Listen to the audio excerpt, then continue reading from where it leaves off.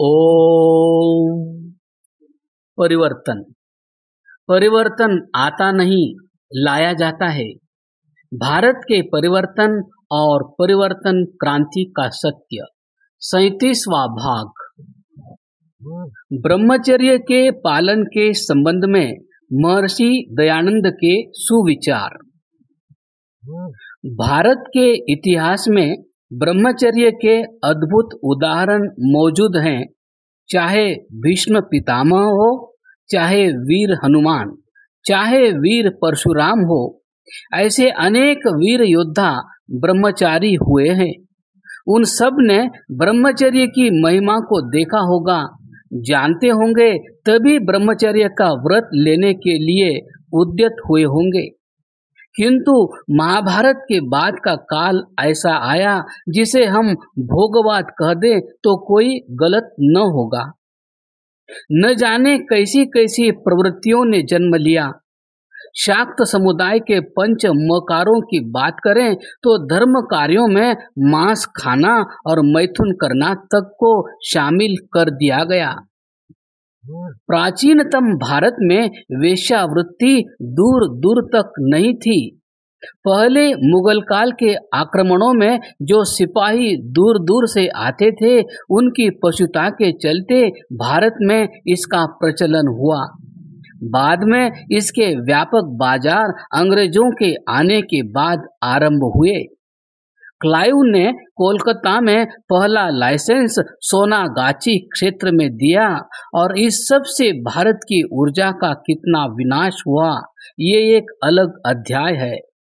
पर इसके विपरीत कठोरतम कदम उठाने और निर्भयता पूर्वक अपनी बात रखने का साहस आधुनिक काल में किसी का हुआ हो तो वह केवल ऋषिवर देव दयानंद ही थे, और अंत में अपनी इसी निर्भीक चेतावनी और आदेश के चलते ही उन्हें अपने प्राण तक गंवाने पड़े। वे सामान्य व्यक्ति के साथ साथ राजाओं के उच्चतम चरित्र की अपेक्षा रखते हैं और गुप्त संदेश में अपने प्रिय नरेश को जो लिखते हैं, वैसा उदाहरण दुनिया में दूसरा मिल ही नहीं सकता। उन्होंने लिखा, ब्रह्मचर्येण तपसा देवा मृत्युम पाग्नत। यहाँ मुगल आक्रांताओं का लंबे समय तक शासन रहा, जहां बहुपत्नी प्रथा आम बात थी। राजा आदि तो न जाने कितनी विवश महिलाओं को अपने हरम में रखा करते थे, यह बात भी कोई करना नहीं चाहता था। अय्याशी उनके जीवन का सामान्य भाग थी। उसके पश्चात अंग्रेजों की सत्ता आ गई। वह भी मुगलों की तरह भोग विलास को ही जीवन का लक्ष्य मानते थे। इन लोगों से भला ब्रह्मचर्य की जान की अपेक्षा कैसे की जा सकती थी।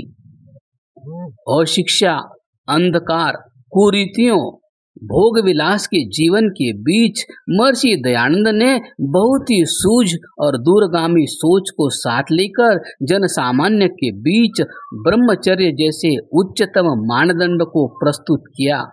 पहले लेखन, फिर प्रवचन, फिर आचरण में और आगे उनके जीवन की यह अद्भुत विशेषता बन गया, जिसने देखा प्रभावित हुए बिना नहीं रह जा सका। अनेकों ने प्रश्न किए, तर्क से निरुत्तर हुए। आवश्यकता हुई तो शारीरिक बल का प्रदर्शन भी किया। एक से एक बड़े पहलवान कुश्ती लड़ने को आए। स्वामी जी स्नान करके निकले ही थे। कहने लगे, कुश्ती से पहले मेरे कौपीन को निचोड़कर पानी निकालें। वह पहलवान एक बूंद भी पानी न निकाल सके। यहीं से वे बाल विवाहों का विरोध करते हुए लिखते हैं, जिस देश में ब्रह्मचर्य विद्या ग्रहण रहित बाल्यावस्था और अयोग्यों का विवाह होता है, वह देश दुख में डूब जाता है। अगर इस वाक्य की गहराई देखी जाए तो ये बात सत्य है कि भारत की तत्कालीन दुर्दशा का बहुत बड़ा कारण बाल विवाह और बेमेल विवाह थे। जिस वेश्यावृत्ति को अंग्रेजों की ही तरह समाज में एक तरह से स्वीकार्यता मिल चुकी थी, वह समाज की बुराई मानी जाने लगी और ब्रह्मचर्य का प्रचार तेजी से गुरुकुलों आदि के माध्यम से होने लगा। इस विषय पर कोई साहित्य नहीं होता था, पर दयानंद के पश्चात लगातार इस विषय पर बेहतरीन साहित्य की रचना होने लगी। परिवर्तन की क्रांति निरंतर कार्य कर रही थी।